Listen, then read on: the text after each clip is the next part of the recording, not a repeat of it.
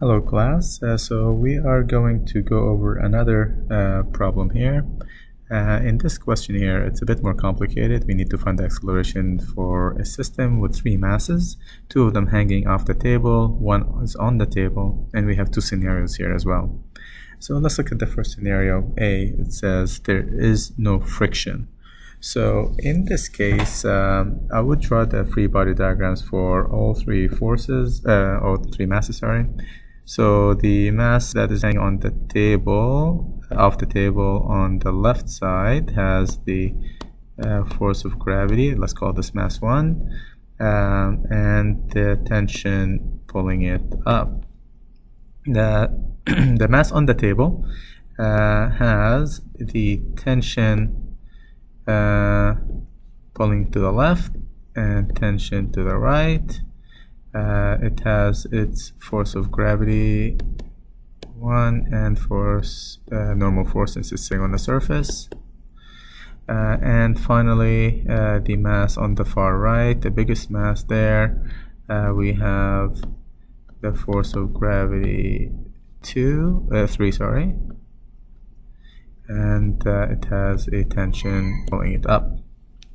So, if we here, I'm gonna assume that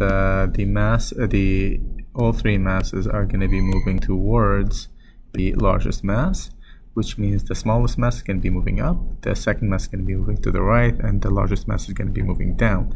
And I'm gonna say that is my positive direction. So in that case, that means the net force is going to be the total mass, I'm just going to call that capital M, times the acceleration of all objects, and that is going to be, so let's look at the first force. The first force, gravity 1, is pulling it down, so it's opposite. So in the for the third mass, said this is the positive direction going down. So that means, let's put the direction, what is positive in each one. So positive is on the right, if it's going to the left is negative. And for the first mass, if it's going up, it's going to be positive. And if it's going down, it will be negative. Okay, so that's based on the motion of the objects. Okay, they're moving clockwise otherwise. Okay, so clockwise, the one on the right moves down, the one on top moves to the right, and the one on the left moves up in this case. Okay, so that means we are going to subtract the first force of gravity, Fg1. The second mass doesn't do anything. The second mass, Fg2, it doesn't affect anything because you just have tensions on either side. And the final, the third mass has a force of gravity Fg3. That's the only thing that affects the net force, because there is no force of friction. If there is no force of friction, which we're going to do next, we will do different kind of calculations. So this will result in capital M is the sum of all the masses, and that would be 2.0 plus 5.0 plus 6.0 kilograms multiplied by the acceleration. That equals the first, so minus m1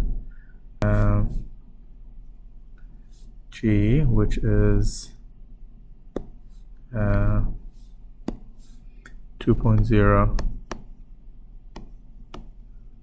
gram times the 9.8 meters per second squared, and it's going to be added to the third force of gravity, which is 6.0 kilograms times 9.8 meters per second squared.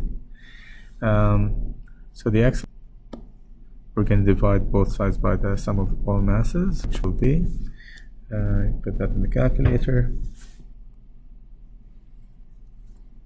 that would give us a acceleration of 3.0 meters per second squared. Okay, so we divide both sides by the sum, which is 13 kilograms. So that is our first acceleration. For the second acceleration, we're going to have to draw different free body diagrams in this case. The smallest mass, m1, so nothing changes here, fg1 and t. For the second mass, we have T, and we have force of friction. Let's write that. So force of friction, and down we have force of gravity 2, and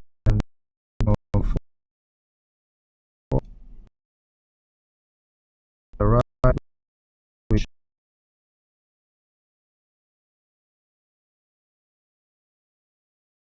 3.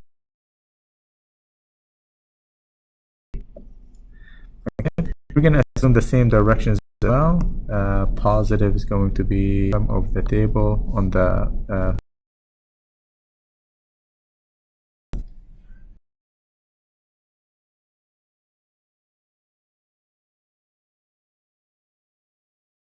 situation. We're gonna be looking at